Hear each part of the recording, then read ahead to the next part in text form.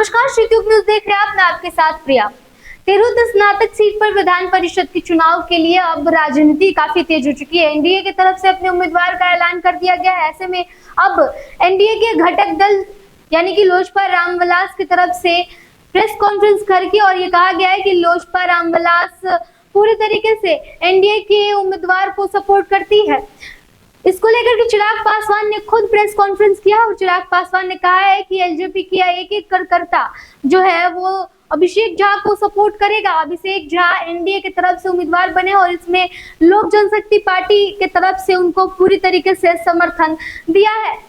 चिराग पासवान और जेडीयू के बीच में जो बीते कई दिनों से खबरें निकल करके आ रही थी कि दोनों ही पार्टियों के बीच में काफी मनमुटाव चल रहे हैं। आनंद मोहन और चिराग पासवान को लेकर के जो है एक तरीके से कोल्ड वॉर चल रही थी और ऐसे में एनडीए के उम्मीदवार को अब चिराग पासवान ने सपोर्ट किया है। चिराग पासवान ने अभिषेक झा को सपोर्ट किया और कहा है कि वो और उनके कार्यकर्ता पूरी तरीके से ये सुनिश्चित करेंगे कि अभिषेक झा की जीत हो। इसको लेकर के क्या कुछ कह रहे हैं चिराग पासवान, पहले आपको उनकी पूरी बातों को सुनाते हैं। गठबंधन के प्रति, प्रदेश के प्रति हम लोगों ने रहकर समय समय पर हम लोगों ने विभिन्न डिबेट्स में अपनी पार्टी की तरफ से गठबंधन की तरफ से इनको अपनी बातों को रखते हुए एक प्रवक्ता के तौर पर भी हम लोगों ने सुना है और आज गठबंधन ने ये बड़ी जिम्मेदारी इनको दी है और आज मैं लोक जनशक्ति पार्टी रामविलास का राष्ट्रीय अध्यक्ष होने के नाते इस बात को कहने की शब्दों में ज्यादा जरूरत नहीं पर एक औपचारिकता जरूर है ताकि किसी के मन में किसी प्रकार का कोई संदेह न रहे। लोक जनशक्ति पार्टी रामविलास का, हमारे पार्टी के हर एक नेता, हर एक कार्यकर्ता का मजबूत समर्थन इस चुनाव में मेरे छोटे भाई अभिषेक जी को जाता है। इनके लिए हमारी पार्टी का हर एक नेता, हर एक कार्यकर्ता न सिर्फ प्रचार प्रसार बल्कि इनकी जीत को सुनिश्चित करने के लिए पूरी लगन, पूरी मेहनत के साथ पूरी पार्टी इसमें पहले से ही लगी हुई है और इस बात का उम्मीद ही नहीं विश्वास है कि न सिर्फ ये चुनाव जीतेंगे बल्कि भारी मतों से ये चुनाव जीतने का काम करेंगे।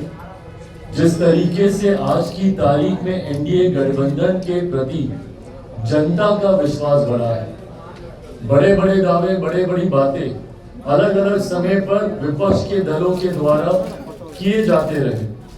हम लोगों ने लोकसभा के चुनाव से हम लोग उनके झूठे दावे और वादों को सुनते आ रहे। लोकसभा के वक्त भी बड़ी बड़ी बातें कही गई थी कि इनको दिखा देंगे, इनको बता देंगे।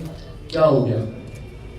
हमारा गठबंधन न सिर्फ मजबूती से लोकसभा के चुनाव में हम लोग का प्रदर्शन रहा बल्कि ये जो 4 सीटों पर उपचुनाव हुए हैं और ये महत्वपूर्ण है, इन उपचुनाव का गणित हम लोग के लिए समझना जरूरी है और जो इन उपचुनाव का गणित समझ गया तो वो 2025 के परिणामों को भी समझ जाएगा। ये कोई सामान्य परिस्थिति नहीं है जिनमें उपचुनाव हुए थे और किन सीटों पर उपचुनाव हुए थे। उनमें से 3 सीटें सिटिंग थी विपक्षी दलों के पास, तथाकथित इंडिया अलायंस, यूपीए, महागठबंधन, जो भी ये लोग अपने आप को बुलाते हो, 3 उनकी सिटिंग थी। ना सिर्फ हमने अपनी एक रिटेन की है बल्कि इनकी 3 सीटों को भी एनडीए गठबंधन ने जीतने का काम किया है और उनमें से सीटें कौन कौन सी? बेलागंज की सीट, जो कुछ लोग अपना आधिपत्य मानकर चलते थे कि उन्हीं का ही अधिकार है। क्या बोलते थे वो लोग? उसकी हमारा गढ़ है।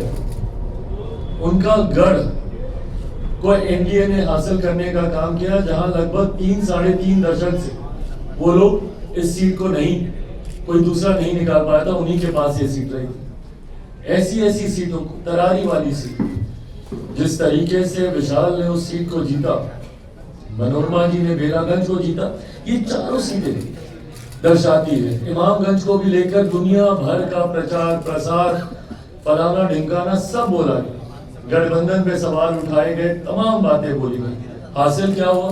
साम दाम दंड भेद सब आपने कर लिया। और विपक्ष झूठ की राजनीति करने के लिए जाना ही चाहता है।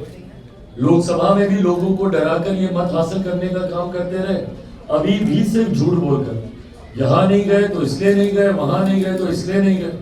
भाई जब गठबंधन एक साथ है, और इस बात को आप सबके माध्यम से मैं स्पष्ट कर देना चाहता हूँ, बिहार की जनता को भी पूर्णतः मैं स्पष्ट कर देना चाहता हूँ कि लोक जनशक्ति पार्टी रामविलास हमेशा से एक ईमानदार सहयोगी की तरह रही है।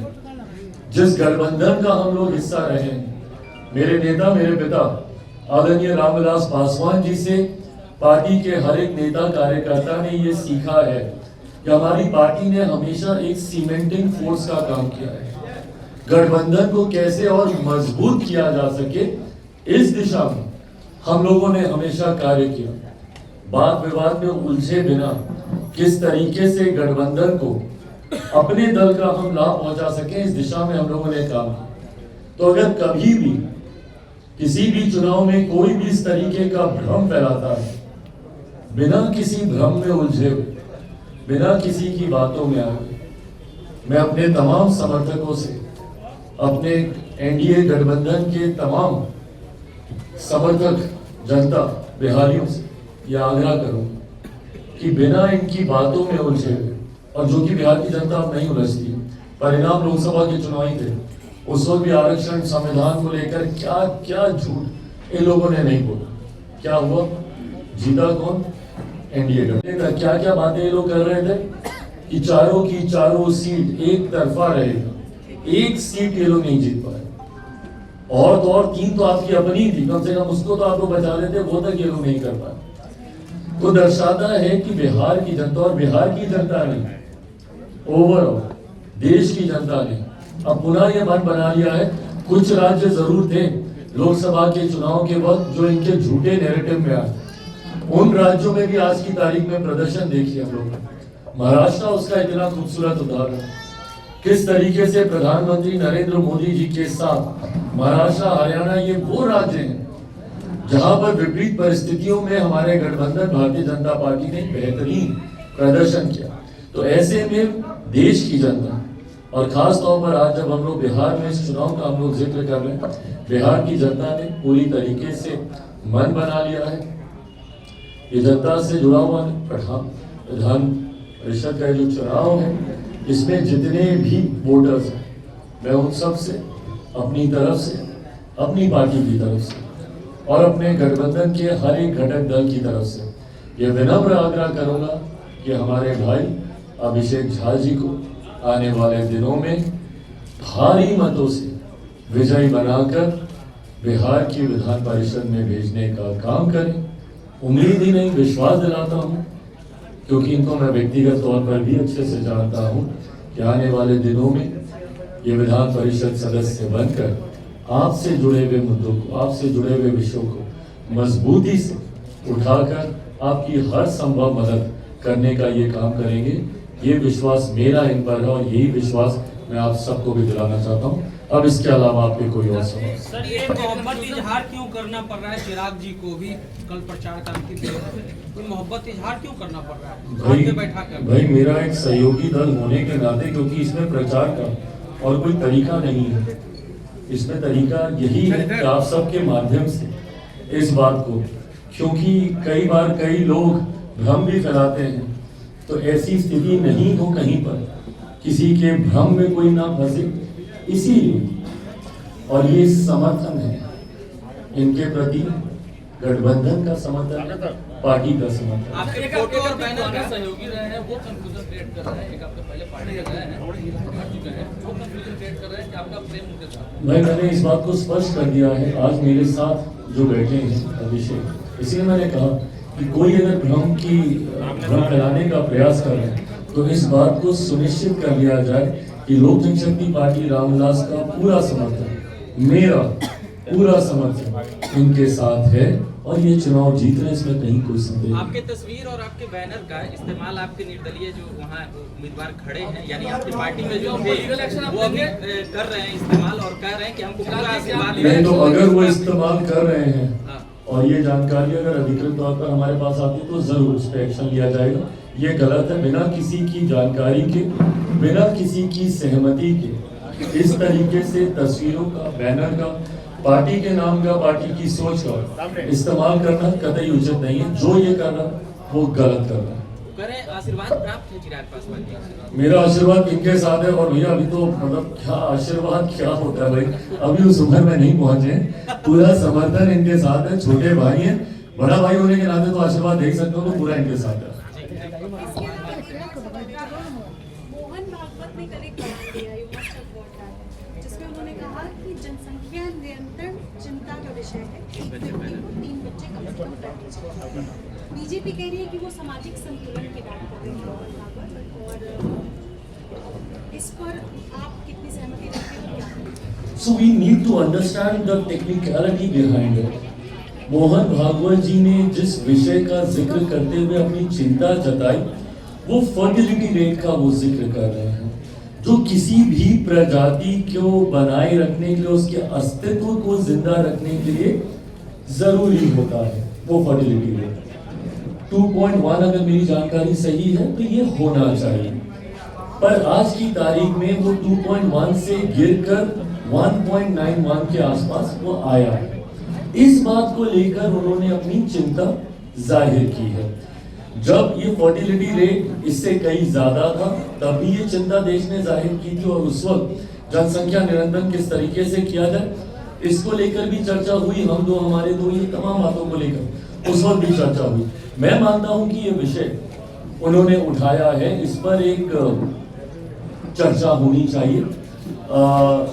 ये चिंता का विषय है, जिस तरीके से आंकड़े बता रहे हैं, मुझे लगता है इस पर एक गहन चिंतन मंथन के बाद निष्कर्ष निकाला जाना चाहिए, क्योंकि ये चिंता का विषय है आज की तारीख। चिराग जी, पूरे देश में देखा जा रहा है अजमेर शरीफ को या संभल हर जगह जो मस्जिद के नीचे जो बातें कही जा रही, प्यायल डाला जा रहा है, इस पर चिराग पासवान क्या कहता है? अजमेर शरीफ के बारे में कह दिया कि वहाँ पर शिव मंदिर है। देखिए, जहाँ जहाँ से ये जानकारी आ रही है, आदेश उसी आधार पर ये दिए गए हैं जहाँ पे तथ्य सामने आते हैं।